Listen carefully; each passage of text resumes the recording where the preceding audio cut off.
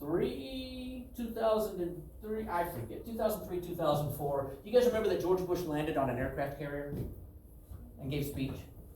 I know, it's 20 years ago, it was a long time for you. It was my aircraft carrier he landed on, it's kind of cool. He came out and he talked to us and he talked to all the sailors. I flew off the aircraft carrier and I came home to see my 2 kids. And we were done. I was at sea for 6 months. Okay, you guys are in this high school for less than 4 years. I have 4 years at sea on a boat, floating in garden spots like the Persian Gulf, the Persian Gulf, the Persian Gulf, and the East Philippine Sea. Because that's what we do. So this is a blood oath. I do solemnly swear that I will support and defend the Constitution of the United States against all enemies, foreign and domestic, bear true faith and allegiance to the same. That I take this obligation freely without mental reservation or without purpose of evasion, that I will well and faithfully discharge the duties of the office of which I am about to enter, so help me God. This is what makes American soldiers. This is their blood oath. That says when the shooting starts, I don't run. I cock my rifle, I take aim, and I lean into the fight. And we have absolutely, whether we use it well all the time or not, we have absolutely one of the finest militaries in the history of the world, bar none. And where do these guys in the military come from? Because here I am the pilot, but there's already guys back here already working on my jet. It takes 250 people. Where do those people come from that work on my jet? America. I come from Pampa High School. And none of that happens without everybody. 4,000 people on an aircraft carrier. I am more amazed today about what happens in an aircraft carrier than I was the first day I landed on it, and I was scared stiff landing on a postage stamp. Because I know what those 4,000 people do. There's people who fix my engines, who fix my landing gear. There's people who run the jet up. They have to fix the ship. The ship has to run. The ship has 2 nuclear reactors in it. And we've never had an accident on any of our nuclear reactors. The reactors make this ship go about 30 miles an hour. This thing is 90,000. This is a statue. This is the Empire State Building with 2 nuclear reactors inside of it and pushing the Empire State Building at 30 miles per hour in the water. And it can stop on a dime. That's fascinating. We got guys who do the catapults and guys who do the arresting gear. And then, guess what else? We got a guy who cooks. Because we all get hungry. And I can be in Jebel Ali, which is in the United Arab Emirates, which is 8,000 miles away, and I can get hot, fresh eggs with fresh milk for breakfast every day. Somebody has to get that to us. That is amazing, because sometimes you wake up and there's not eggs in the refrigerator, are there? Sometimes somebody forgot to go shopping, you don't get what you wanted for breakfast, right? I always had 4 meals a day on an aircraft carrier if I wanted them. Every time. Anyway, all right. Remember that guy? John Kennedy? Okay, he was 20 years ahead of me. So I'm just kind of giving you, I know where you're coming from. He's in the 1960s. I was born in 62. That's about my memory. He was 20 years ago. But Ronald Reagan is my guy. I voted for him. Here he is right here. This is me and him. We're shaking hands. He asked me to come see him. He's a really, really nice guy. I saw him for like 15 minutes. He took some time out of his day. We flew a formation for one of his little ceremonies, and he wanted to thank us. But for you guys, that's like World War II for me. He was 40 years ago, wasn't he? World War II for me was 40 years ahead of me. That's like seeing your dad with a picture of Roosevelt, isn't it? Roosevelt took pictures. That's what they do. They're politicians. But this is what's happened in America for the last couple of years. My story, I went to the military. I graduated from Pampa High School. I went to Texas Tech University. I did okay. Went to the Naval Academy. I went to the Naval Academy because it's free if you could get in. Okay? And then I started flying. Cold War ended, and like I said, I flew over Iraq. Why is some kid from Pampa High School getting in the Navy, flying one of these $50 million jets? It's pretty cool. Fun. It's like a Lamborghini, only it's way cooler than a Lamborghini, right? Why is a kid from Pampa getting in a jet, going on an aircraft carrier, and flying over Iraq? What's it to you? Again, this is something that America does. Because if we weren't doing it, nobody else was going to. We were in Iraq because the Iraqis were killing the Iraqis. Literally. You guys know the difference between the Shiite and the Sunni Muslims?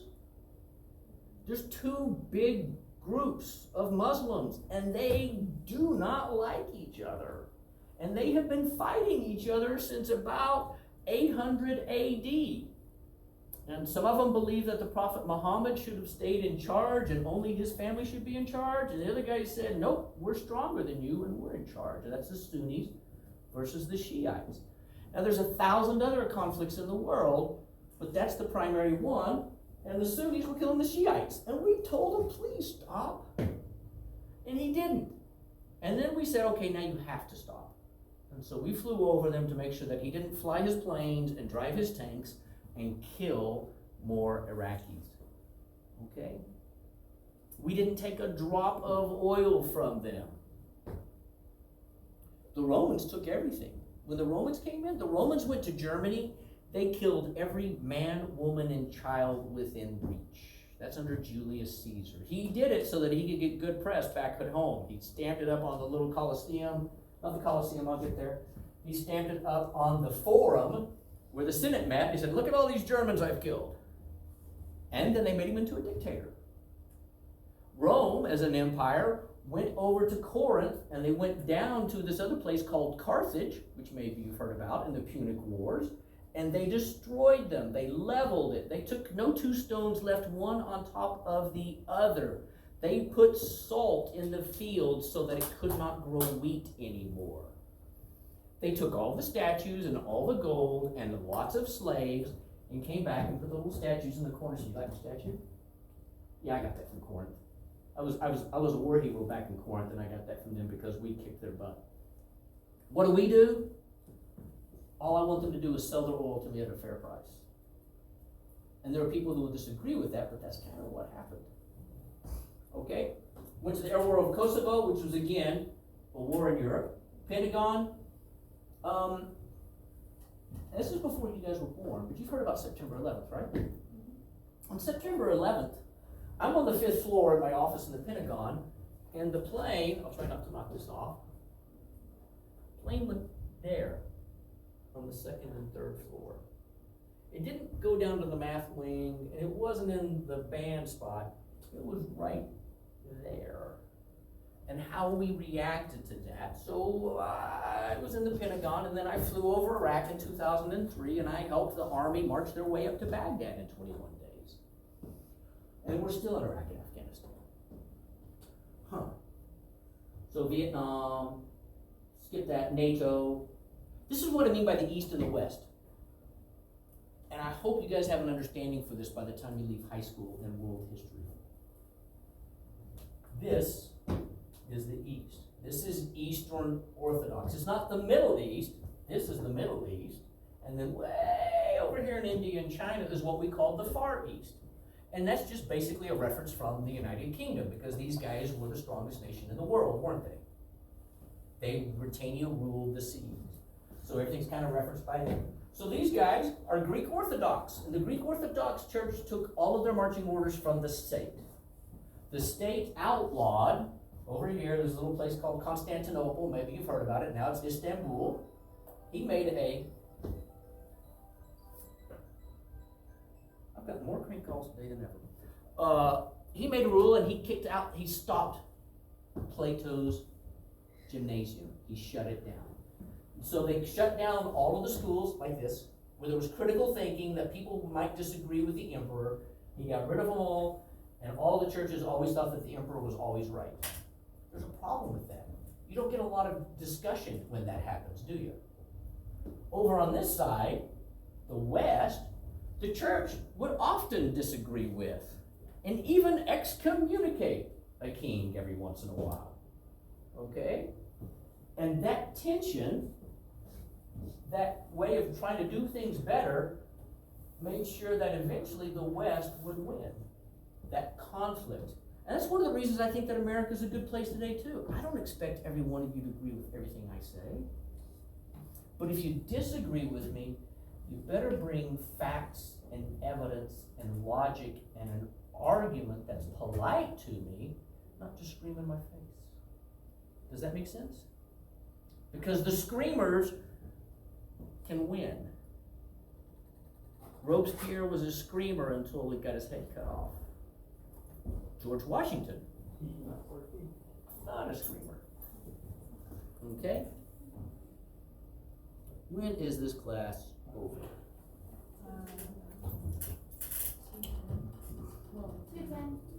2:10. Okay, so I need to go faster. So this is the East and West. The good stuff happened here. This is where we came from.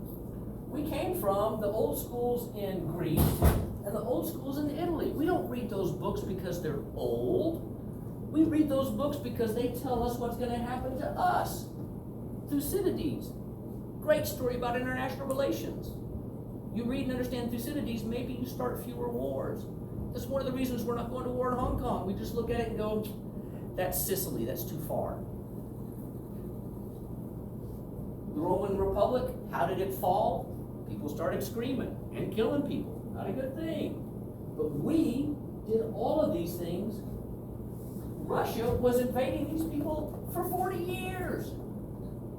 Even though they were in charge of Poland, they invaded East Germany, Czech Republic, and Hungary, these revolts that came out.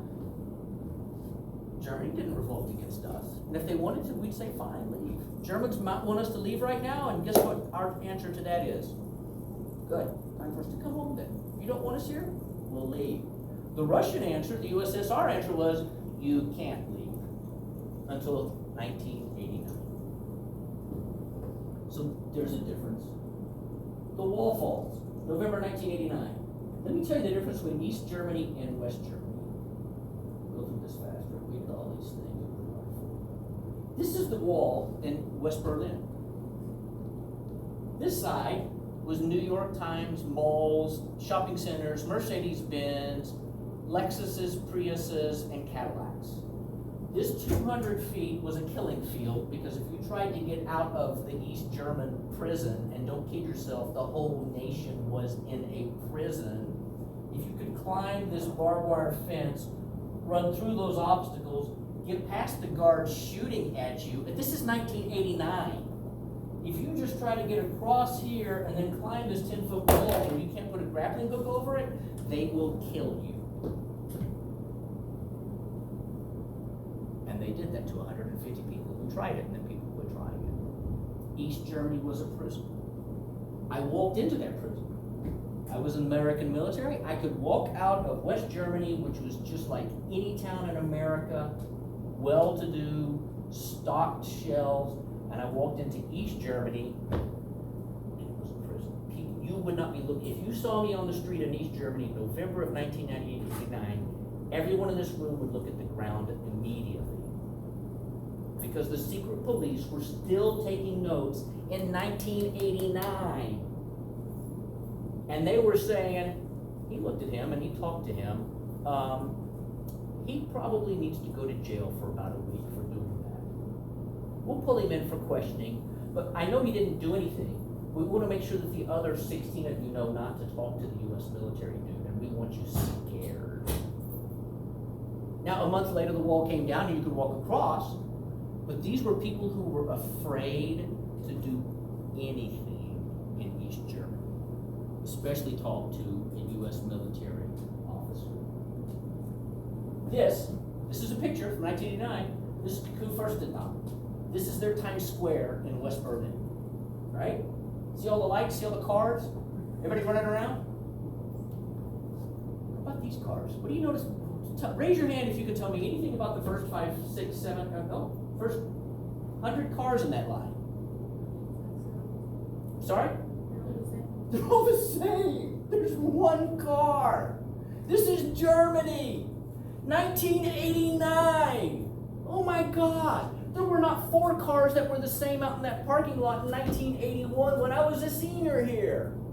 They sure weren't 4 of the same cars, the same kind, same color. And every car in Germany was the same. and they were trying to get out of the prison and get across that wall and come over here. And guess what East Germany looks like today? It's like this.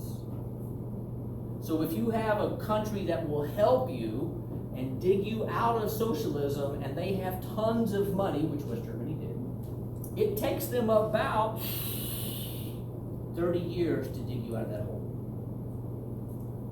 So this is a success story. We didn't fire that many bullets, didn't kill that many people, but there was definitely a war that was between the West and the East, and it was NATO versus Warsaw, US versus Russia. This is the best Russia had to offer them, and they left. Even Hungary and Poland look better, more like this than that today. Guess what Russia looks like? Still kind of looks like this. Because they aren't free. You guys can pick your own classes, can't you? You can't do that in Russia. You dang sure can't do it in China. You go where you're told and do what you're told. It's a lot of freedom that you feel like you don't have any freedom, but we're giving you do something. Right? Okay. All right. WW Desert Storm. I flew over Iraq to keep them from killing Iraqis. I flew over Iraq to keep them from killing. We went to Kosovo to keep them from killing Kosovars. That's crazy. NATO was a war by committee. There was 19 of us. It was like me trying to get 19 of you guys to agree on the 50 targets every day that we would blow up. Do you think you guys could agree on that? Yeah, I don't think so. We did the best we could for about 3 months. Italy. Italy would not fly above 41 north. Just wouldn't do it, no matter what. Everybody else had to go above 41 north. Belgium had a union. They would only work from 8 to 10. So their jets had to fly from 9 to 10. And then they were done for the rest of the day, which meant that everybody else had to make up for the other times. Guess when the American pilots flew? When's the least everybody's least favorite time to fly? Probably about 8 p.m. to about 6 a.m. That's when the Americans flew. Okay? Greece wouldn't even fly fighter planes, and they were probably telling the Yugoslavians what we were doing every day. Very complicated warfare. And the Russians had to look at us after that and go, did we lose to these guys 10 years ago? Oh my God, how did that happen? All right, September 11th, I'm not going to spend a lot of time on it. There were 4 planes, I'm going to tell you more tomorrow. That's the plane that hit, like I said. That's the fireball I saw looking out of that window. I could see fireball, window, and then it came down to us. But my favorite story isn't what I did on the Pentagon. That's my office right there. This is the part that collapsed. This is me looking out my window. That's when the plane flew down and hit. So my story is, my first thought was, you gotta be kidding me, this can't be happening, but it did. We got 3 floors. On the 3rd, 4th, and 5th floor, there was 3 voices. And on the 5th floor, I was the voice that came back here. There was about 100 guys, and most of them went that way. And I came back this way, and there were people who were lost going back and forth here who didn't work here. This was where all the smoke was. Nobody likes to walk into a smoky fire, do you? Okay? And this was blocked off because they were doing renovations past here, and they couldn't go past here with a lock, and they couldn't get the door. But it was nice, clean air. So they were going back and forth, not knowing where to go. And finally they heard my voice, and I said, is anybody back there? And they said, yes. And I said, well, come this way. And they followed my voice through the really bad smoke, which you don't want to go through, and they got out. And that happened on the 3rd, 4th, and 5th. Would they have gotten out by themselves? I don't know. They may have, okay?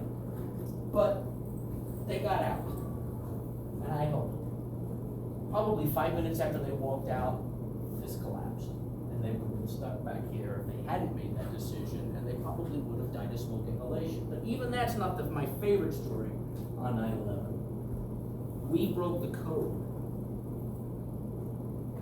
These guys right here, because if you were in America in 2001 and somebody hijacked it, you were supposed to put your hands together, keep your feet together, and not look at anybody. And probably the jet would be fine, and you would land, and then they'd be taken care of. They would come look for people like me who had military haircuts and military ID, and they might kill me, they might not, but they wouldn't kill you, so you guys are okay. Okay? But these guys heard that this flew in a building, this flew in a building, and this flew in a building. And these guys who were just like you, just like your moms and your dads, they were not in the military, but they were Americans. And they said, this stops here. And anybody who tells you that the Germans would have done the same thing, I don't believe them. And here's why I don't believe them. So they stopped it, and you will never hijack a plane in America again. And why do I think only the Americans would do it? You guys hear about the train where the terrorist got in on the train with a gun? He was going between France and Belgium. And there was everybody from every country on the plane. Who were the three guys who stopped the terrorists? Americans. That's what we do. Does that make sense? So people say, oh, we're exceptional. Oh, we're not exceptional. Oh, we've done this. Oh, we haven't done that. Oh, we're terrible. Oh, we're great. All I got is when the chips were down, we did this. When the chips were down, we did it on that train in Germany. When the chips were down and it mattered, we tried to keep the Iraqis and the Afghanis from killing other Iraqis and other Afghanis. Rome wouldn't have done that. What would Rome have done? What do you think Rome would have done? Bright young lady with the blonde hair. What do you think? What do you think Rome would have done? Just sat there. Speak it up. Just sat there. Let it happen. I don't know. What do you think Rome would have done? I can tell you what Julius Caesar did. Forget this. I'm killing everybody. That's exactly what he did. Okay? So that's kind of where we're different. Anyway, remember, learn things to do. Okay? This is a great country. You live in a great state. And this is a great town. And I could not be happier than spending a day with you in Pampa High School today. All right? What do you say? Thank you. Thank you. Great. You guys have a nice day.